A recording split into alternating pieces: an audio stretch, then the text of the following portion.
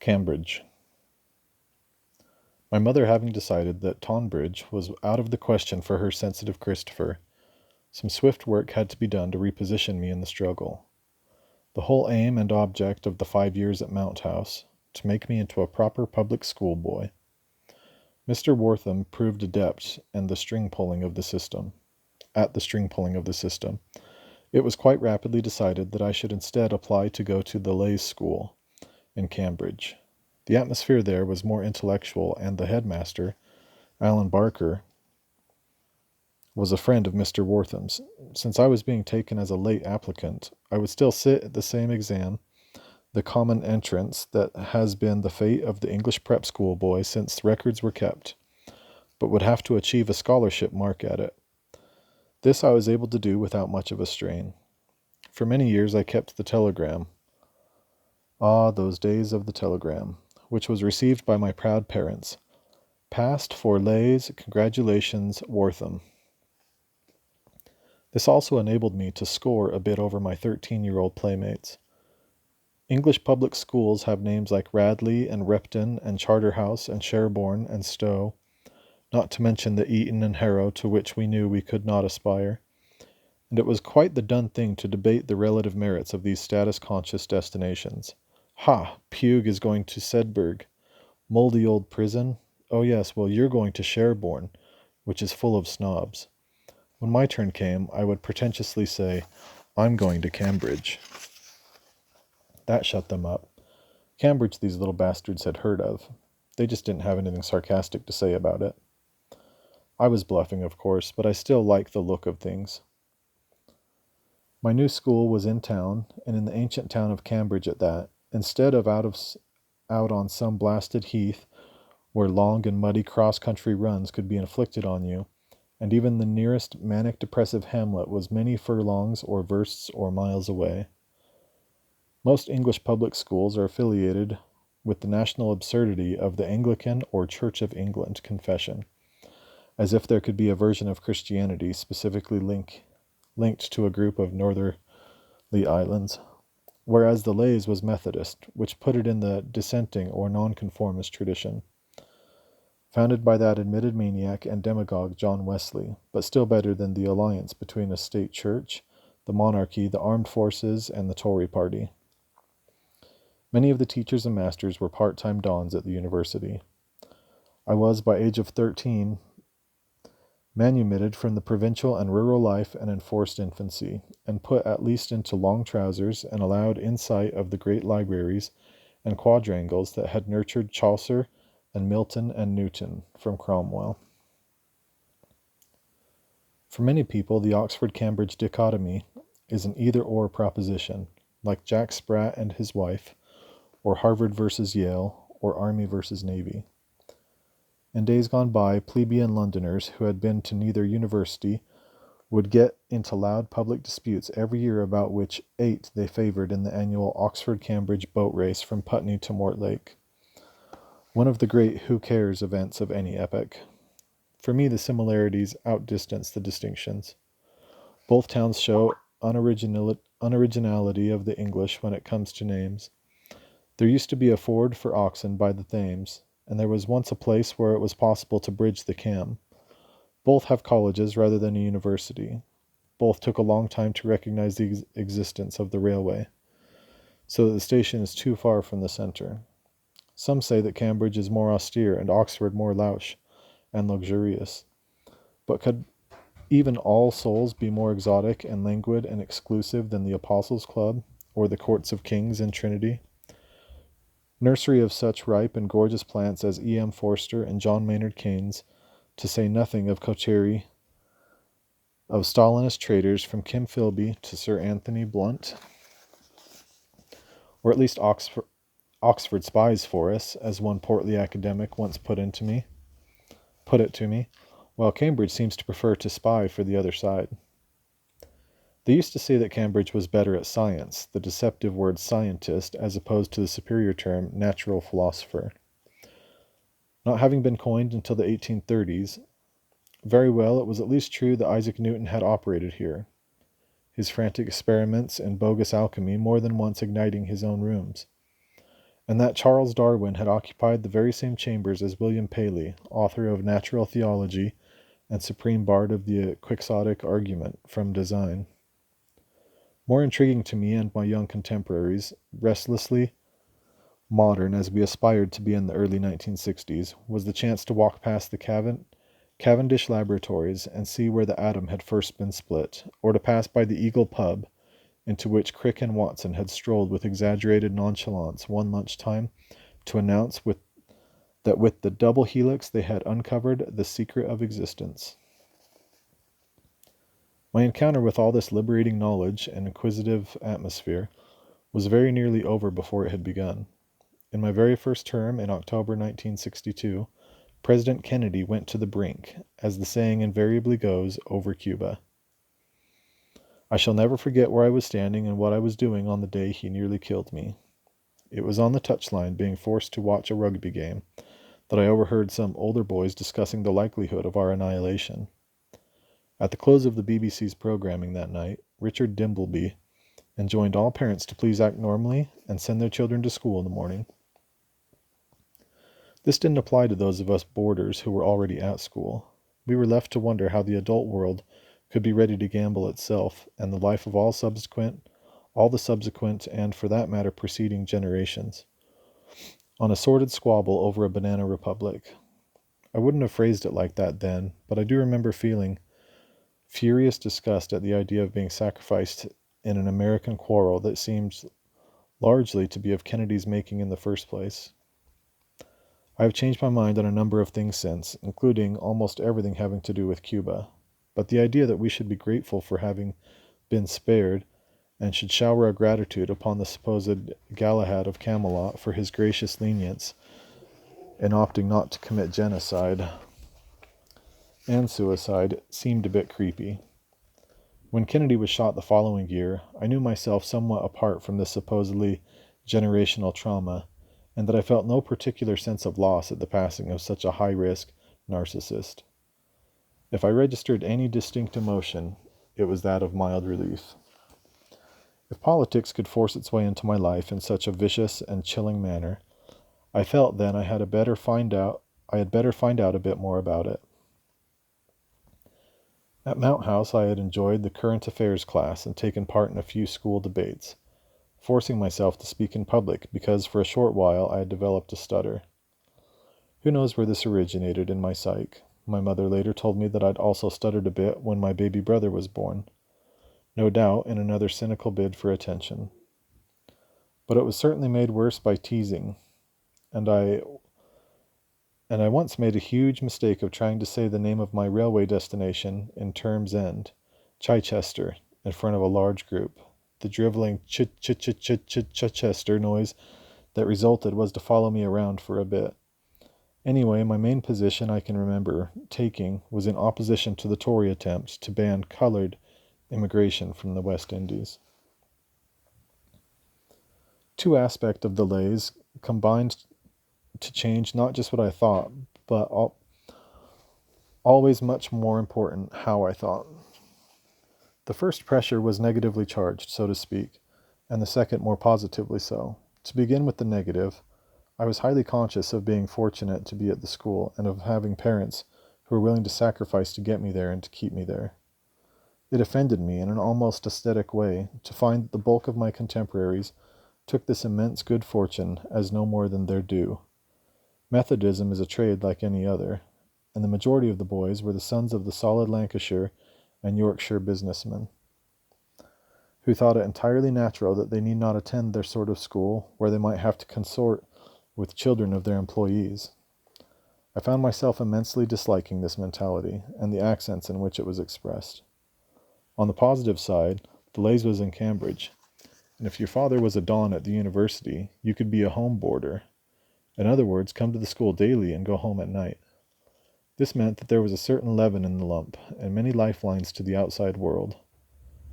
There were boys with names like Huxley and Keynes who really were from those distinguished families, and there was a son of a Jewish Nobel Prize winner named Perutz.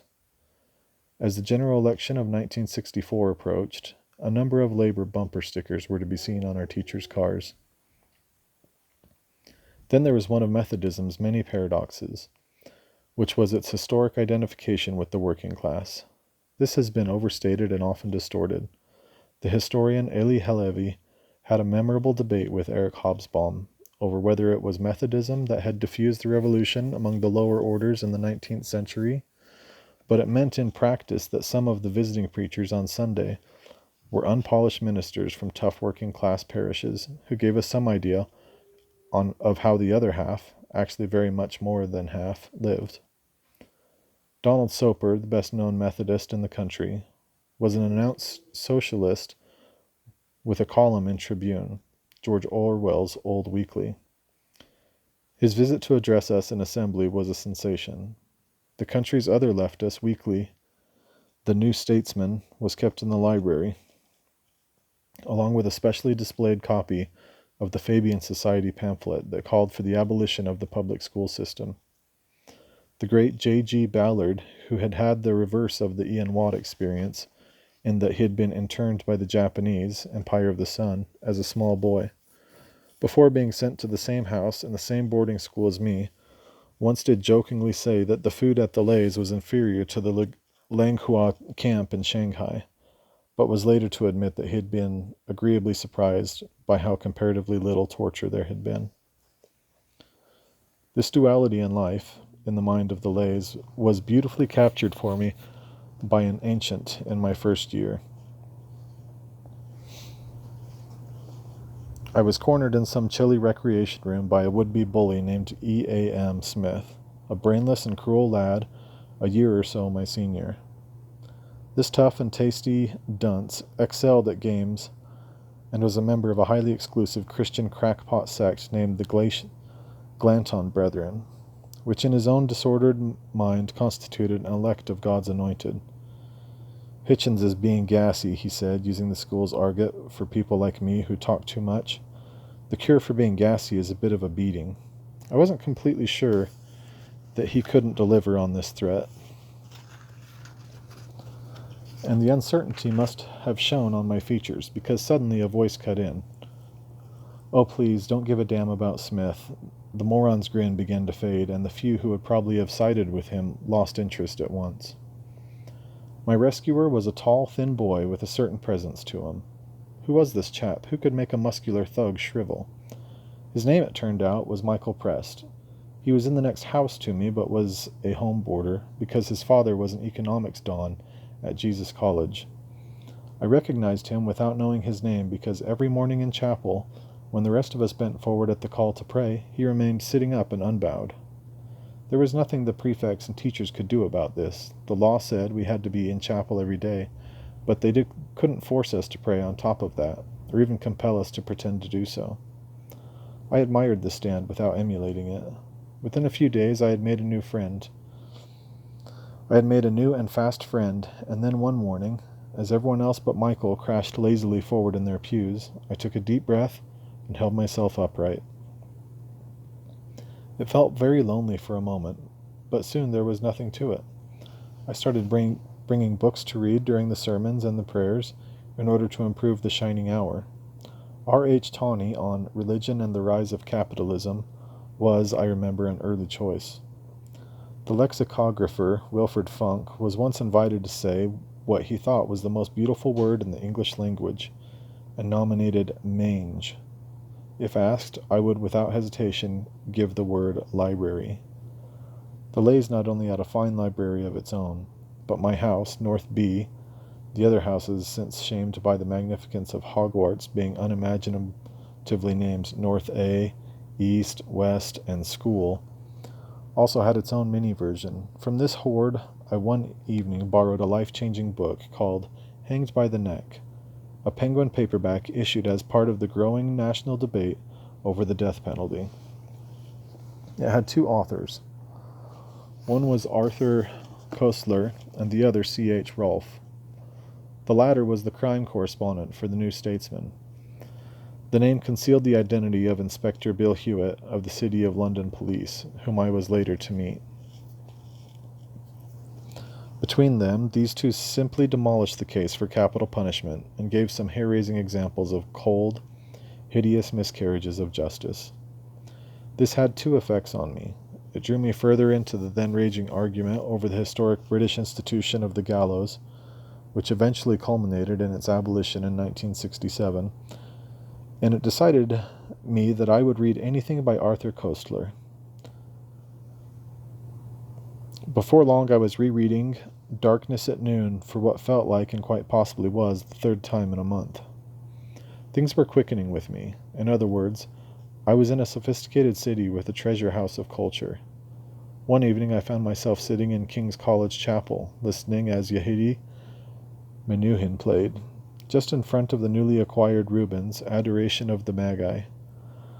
I recall thinking that this was almost too rich a mixture for a Navy brat. The Lays, if anything, favored sciences over the arts. Its old boys tended to be quietly eminent, as one newspaper article rather devastatingly phrased it, but we could boast of having produced James Hilton, Mr. Chips having been based upon a veteran master of the school named W.H. Balgarny, as well as Malcolm Lowry and J.G. Ballard. I became too omnivorous in my reading, trying too hard to master new words and concepts, and to let them fill in conversation or argument, with sometimes alarming results. I gained a reputation among the sporting types, and perhaps, to be fair, not only among them, as a pseudo-intellectual. I recall two diagnoses from this period. The first, from some school counselor with a psychologist bent, awarded me an Aladdin's Cave complex.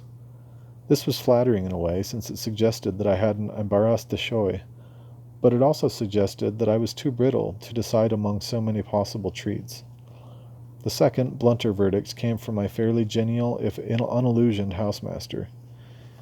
He informed me, in the course of several hearings, about my character, that I was in some danger of ending up as a pamphleteer. It was one of those moments that one knows instantly will always be retained in the memory. At last I had a word for it. A word that had been applied to Defoe at that.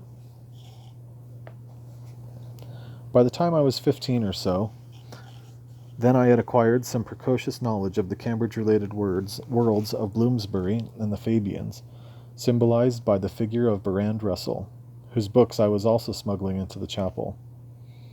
I knew enough to know that my next stop ought to be Oxford, which furnished the other half of this socio-intellectual equation.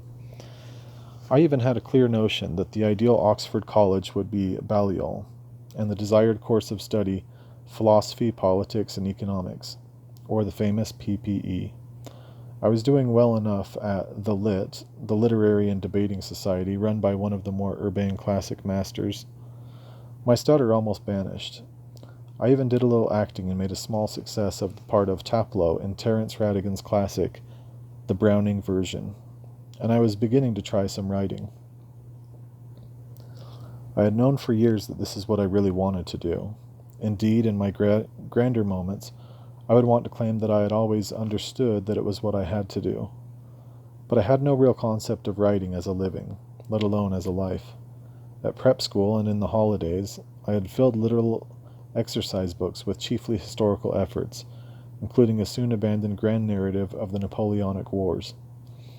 At the Lays there was an annual thing called the Thomas Essay Prize, with a book token at the end of it, and a handshake from the headmaster on the school's open speech day, every summer, for the doting parents to witness. I entered myself for this prize in my first year and was runner-up, and I won it in one form or another every subsequent year. The only set topic that I can now remember, because there was always a set topic, and it was always a worthy and elevated one, was Martin Buber's homely maxim that true living lies in meeting.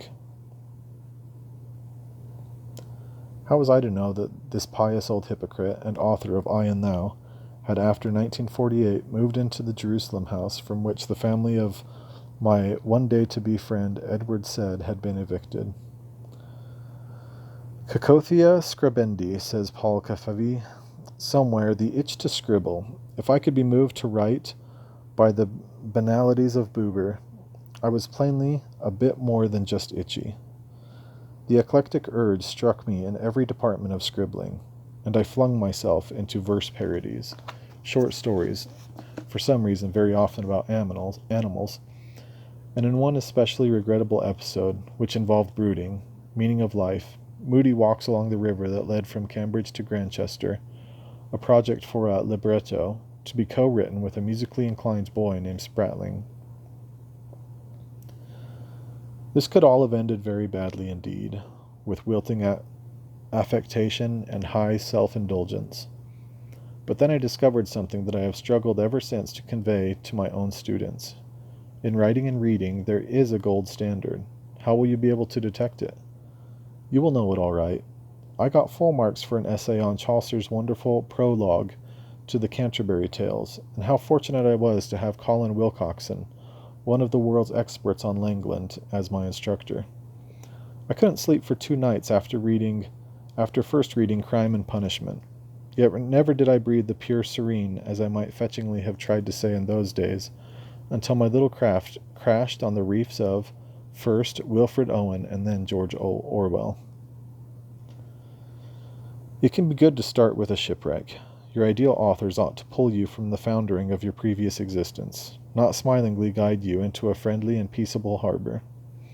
Just as Llewellyn's tale of Hugh Morgan had ended my sense of the social scale, so the words of Owen's dulce et decorum est went off like a landmine under my concept of history and empire. The moment came in class. It was the turn of a very handsome boy named Sean Watson to read. As he stumbled his bored and boring way through the lines, I was consumed first by a sense of outrage, as if seeing somebody taking an axe to a grand piano. How could anybody be so brutish and insensitive? I wanted to wrench the book from his hands and declaim the poem. But then I found that this would not, in fact, be possible, because my eyes were blinded with stinging tears. To this day I have difficulty reciting the poem out loud without a catch in my throat. I became consumed with the subject and got hold of a revisionist history of the First World War in Flanders Fields by Leon Wolfe, as well as All Quiet on the Western Front and an anti-war British novel of the trenches called Covenant with Death by John Harris, the neglect of which I would still define as a huge injustice. Its action follows a group of workers from Sheffield, from the day they enlist as friends to the day their lives are callously thrown away. I read all the other war poets, from Siegfried Sassoon to Edmund Blunden to Robert Graves. I could feel all the ballast in my hold turning over as I came to view the Great War, not as an episode of imperishable valor celebrated every year on 11th of November with the jingoistic verse of Rupert Brooke and Lawrence Binyon, but as an imperialist slaughter that had been ended on such bad terms by such stupid statesmen that it necessitated an even more horrible second round in 1939. Even Winston Churchill and The Finest Hour, in this perspective, seemed open to question.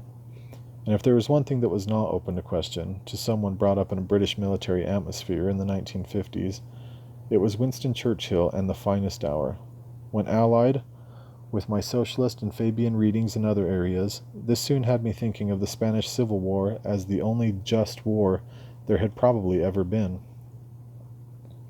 And so I was fairly soon immersed in homage to Catalonia. I actually couldn't make head or tail of this book in those days because the ideological battles within the left were still opaque to me, and I had come to Orwell by an unusual path anyway. We were all expected to read Animal Farm in 1984, which had been placed on the syllabus as part of the curriculum of the Cold War. I took the opportunity to show off and to compare and contrast Animal Farm to Darkness at Noon, which I alone in the class had read. But I had chanced on Orwell's social novels first, and had consumed Keep the Aspidistra Flying and A Clergyman's Daughter, as well as Coming Up for Air. In these pages I found some specimens of exactly the lower middle-class family that was familiar to me from life. The insecure and anxious layer of old England that strove to keep up appearances, as Orwell put it, had nothing to lose but their H's. I understood that Miss Austen and Mr. Dickens, and even George Eliot, had written with sympathy about folk of the middling sort, but I still hadn't quite appreciated that actual fiction could be written about morose, proud but self-pitying people like us, and was powerfully struck by the manner in which Orwell mimicked and caught the tone. If he was reliable on essentials like this, I reasoned, I could trust him on other subjects as well. Soon enough I was following Orwell to Wigan Pier. James Hilton, creator of Shangri-La, as well as Mr. Chips, also came, it may interest you to know, from Wigan, and shadowing him in mind on his other expeditions to the lower depths. Highly derivative in my approach, I began writing grittily polemical and socially conscious essays and fiercely anti-militarist poems. When these were turned down by the school magazine, which was not every time, but often enough to inspire bold thoughts of revolt, Michael Prest and I, and a few kindred spirits, set up a magazine of our own, cautiously and neutrally called Comment, to avoid too much official attention, and actually learned to operate a manual printing press in the basement of one of the school buildings. Ink-stained pamphleteer, very heaven.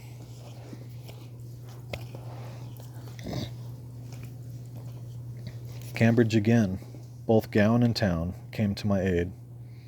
I coolly informed my housemaster that I would no longer be donning the uniform of the school's combined cadet corps with its queen and country ethos. He at first opposed this on the usual grounds that it would set a precedent, but yielded to my argument that no, it would do no such thing, since none of the other boys in fact wanted to follow suit. I already knew this because instead of reporting for rifle parades, I had to volunteer to do the alternative, which was social service in the back streets of the town, and I knew for damn sure that my schoolfellows would want no truck with any of that. I, however, was, as the budding socialist, positively enjoyed going into the homes of the poor and helping them fill out questionnaires about their needs. Joining the high-toned United Nations Association and becoming the school's representative on its Cambridge Schools Committee was a shrewd move, and an easy one, given that nobody else wanted the job. It meant that I was allowed to go to meetings with reps from other little academies, which in turn meant the chance to meet girls at the famously intellectual Peirce School. Here I had the huge luck to encounter Janet Montefiore, a dauntingly brilliant girl who had since emerged as a distinguished professor of literature. She invited me to come and hear Edmund Blunden read his poetry at the Peirce, and I sat almost numb with emotion. Having shaken the hand of someone who had been a contemporary of Wilfred Owen, she did better than that. Her father, Hugh, a Jewish convert to Christianity, was the vicar of Great St. Mary's, the university church, and ran a famous program for visiting speakers. One night, at her invitation, it seemed like a good enough use for a church. I crammed myself into a pew to hear W. H. Auden read from his poetry, and again was spellbound at the thought of seeing a man who had been in Spain at the same time as Orwell. I didn't know of their bitter quarrel, and I wouldn't then have understood it. I use conventional form when I say that Auden read from his poems. Actually, he recited them with great aplomb, and I recall hearing from Hugh Montefiore, long after he himself became a bishop, that he was astounded at how much Auden had been able to drink at dinner beforehand, and still perform this great live act. I can also distinctly remember hearing Auden say that he had reached a stage where his leathery and wrinkled face looked like a wedding cake that had been left out in the rain. This was before the release of the horror song MacArthur Park. So that was another version of a doomed youth and of once epicene but now departed beauty. Perhaps now is the moment at which I should make my own confession here. We were taught the poetry of Owen and Auden at school, and allowed to ruminate on the obsession of Owen with wounded and bleeding young soldiers, as well as on the cunning way in which Auden opened, "Lay your sleeping head, my love, human, on my faithless arm." The master who introduced this was dexterous enough to point out that the words could easily be arranged to make it "faithless on my human arm," and ambidextrous enough to instruct us also in the subtleties of Catullus and his Vivamus mea lesbia, but I don't think any instructor was sufficiently phlegmatic, to break the news that the two great English poets of the preceding 2 generations had been quite so gay. Lytton Strachey once summarized the boarding school hothouse dilemma very aptly. How odd the fate of pretty boys, who, if they dare to taste the joys that so enchanted classic minds, get whipped upon their neat behinds. Yet should they fail to construe well, the lines of those raptures tell, it's very odd, you must confess, their neat behinds get whipped no less. There were 2 ways in which this hottest of all subjects could come up in an all-male school featuring communal showers, communal sleeping arrangements, communal lavatories, and the ever-present threat of an official thrashing on the rear. The first was unambiguously physical. Most boys decided quite early on that, since their penises would have evidently give them no rest at all, they would repay the favor by giving their penises no respite in return. The night was loud with the boasts and groans that resulted from this endless and fairly evenly matched single combat between chaps and their cocks.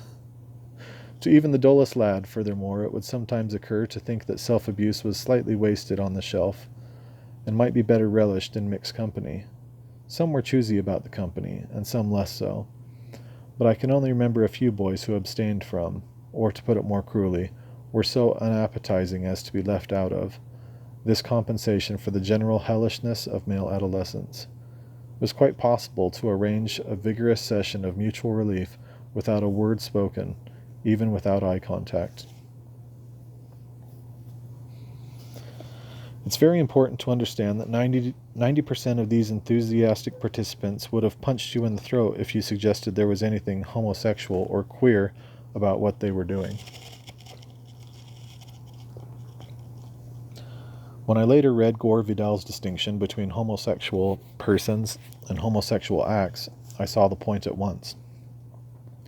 The unstated excuse was that this was what one did until the so far unattainable girls became available, and there were related etiquettes to be observed. A senior boy might well have some sort of pash on a much junior one, but any action taken by him would be very strongly deplored. You couldn't actually treat a boy like a girl, in other words, yet the very word pash somehow gives the game away. In a minority of cases, another word for it, often represented by the sign between 2 names written up as graffiti, things were infinitely more serious, as well as more ridiculous, because what happened to be involved was, of all ludicrous things, the emotions. The routines of the day, from stolen glimpses across the chapel in the morning to a longing glance across the quadrangle as the bells tolled for lights out, could be utterly consumed by the presence of him. One such episode came close to ruining my life, or so I thought and believed at the time. I had one advantage and one disadvantage in this ongoing monastic sex drama. And the problem was that the advantage and the disadvantage were the same. I was a late developer physically, was quite girlish in my prepubescent years, and then later, if I do say so myself, not all that bad-looking once boyishness had, so to speak, kicked in. This meant that I didn't lack for partners when it came to the everyday, well, not everyday, business of sheer physical relief. But it also meant that I could become the recipient of attention from older males, attention that could sometimes be very sudden and quite frightening. This perhaps made me additionally vulnerable to the fantasy of the romantic idyll. Mr. Chips's feminist socialist wife had phrased it in a no-nonsense way by saying that official disapproval of public school homosexuality was the equivalent of condemning a boy for being there in the first place. She was chiefly right about the sheer physical aspect. I knowingly run the risk of absurdity if I offer the spiritual or the transcendent in opposition to this. But actually it was my first exposure to love as well as to sex, and it helped teach me as vividly as anything could have done that religion was cruel and stupid. One was indeed punishable for one's very nature. Created sick, commanded to be sound. The details aren't very important, but until this moment I have doubted if I would ever be able to set them down. He was a sort of strawberry blonde, very slightly bow-legged, with a wicked smile that seemed to promise both innocence and experience. He was in another house. He was my age. He was quite right-wing, which I swiftly decided to forgive, but also a rebel in the sense of being a cavalier elitist. His family had some connection with the Louch Simon Raven, whose Fielding Gray novels of schoolboy infatuation and later versions of decadence furnished, for me at any rate, a sort of cheap-rate anteroom for the grander sequences of Anthony Powell. The marvelous boy was more urbane than I was, and much more knowing, if slightly less academic. His name was Guy, and I still sometimes twitch a little when I run into someone else who's called that, even in America, where in a way it's every boy's name. Were poems exchanged? Were there white-hot and snatched kisses? Did we sometimes pine for the holidays to end so that, unlike everyone else, we actually yearned to be back at school? Yes, yes, and yes. Did we sleep together? Well, dear reader, the straight answer is no, we didn't. The heated yet chaste embrace was exactly what marked us off from the grim and turgid and randy manipulations in which the common herd, not excluding ourselves in our lower moments with lesser beings, partook. I won't deny that there was some fondling. However, when we were actually caught in, must have looked bad, since we had finally managed, no small achievement, in a place where any sort of privacy was rendered near unlawful, to find somewhere to be alone. The senior boy who made the discovery was a thick-necked sportocrat with the unimprovable name of Peter Raper. He had had his own bulging eye on my Guy for some time, and this was his revenge. The usual thing would have been public disgrace followed by expulsion. But things were made both more cruel and more arbitrary, and also less so. Various of my teachers persuaded the headmaster that I was a good prospect for passing the entrance exam for Oxford, a statistic on which the school annually prided and sold itself. The same could be said of Guy, though he didn't eventually make it. Accordingly, having been coldly exposed to the public shame, we were allowed to stay on, but forbidden to speak to each other. At the time, I vaguely but quite worriedly thought that this might have the effect of killing me. Yet there was something so stupid, as well as so intricate, in the official sadism that I managed to surmount most of its effects. After all, this was a time when not only was all homosexual conduct illegal in the rest of society, but all contact with members of the female sex was punishable by beating within the rules of my school. You could not win. Perversion, so often invoked from the pulpit and the podium, was the very word that I personally employed for this sick mentality on the part of the authorities. Of the reaction of my parents, I remember almost nothing. The luckless commander was summoned, and we had a whey-faced interview in some study or another until I realized that he was far more embarrassed than I was. And this was a man whose regular standby of stoicism was to intone, unvaryingly, worse things happen in big ships. My mother wisely said nothing and wrote nothing. At the end of the term, I didn't go home, but went rock climbing in North Wales, with a school group where there was considerable free and emotionless sex among the tents and cooking fires. When I finally did get back, not having advertised my arrival time in advance, I was lucky to find my mother alone in the kitchen. She brilliantly rose and greeted me as if I'd been expected for some brittle and glamorous cocktail party of the sort that she always planned and never quite gave. Looking back on this, I once again have the feeling that it all happened to somebody else, and yet I can be sure it was to me. Hoping to profit by a lesson or two, even from the most dismal and sordid moments, I could nominate perhaps more than a couple. The first is that, though I am generally glad not to be gay, I learned early on that most debates on this question are vapid or worse, since what we are discussing is not a form of sex, or not only a form of sex, but a form of love. As such, it must command respect. Then, and from having been the object of homosexual attention and predatory jealousy, this went on happening to me until I was almost out of university.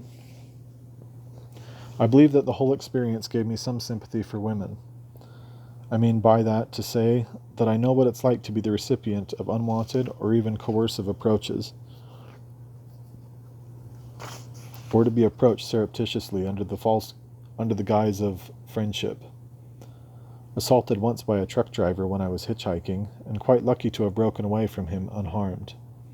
I can never listen to any excuses about how the victims of such attacks in some way invite it.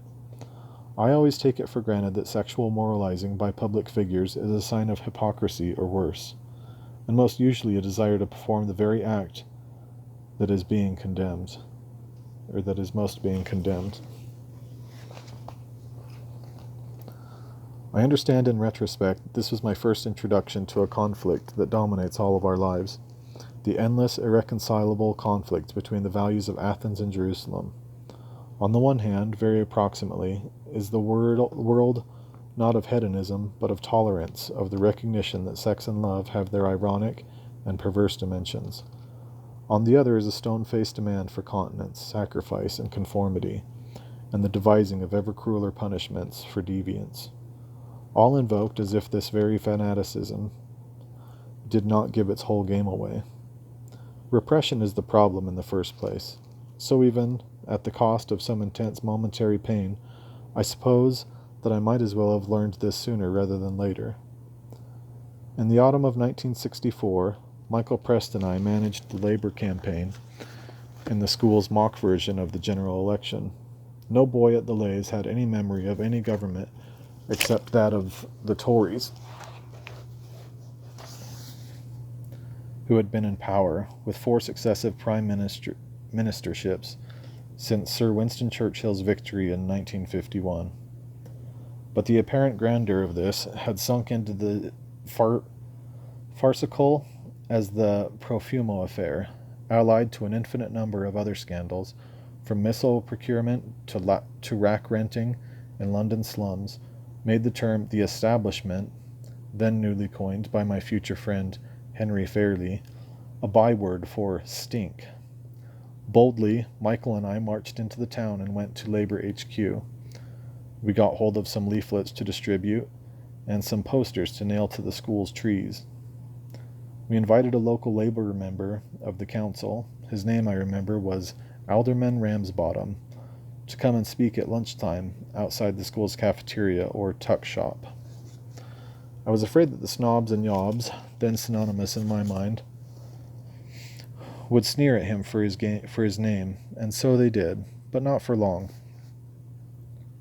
With great patience, he outlined the achievements of previous social administrations, and then asked the assembled boys if they could think of anything the Tories had done lately that could match the establishment of the National Health Service and the granting of independence to India. Satirically I shouted, "Suez."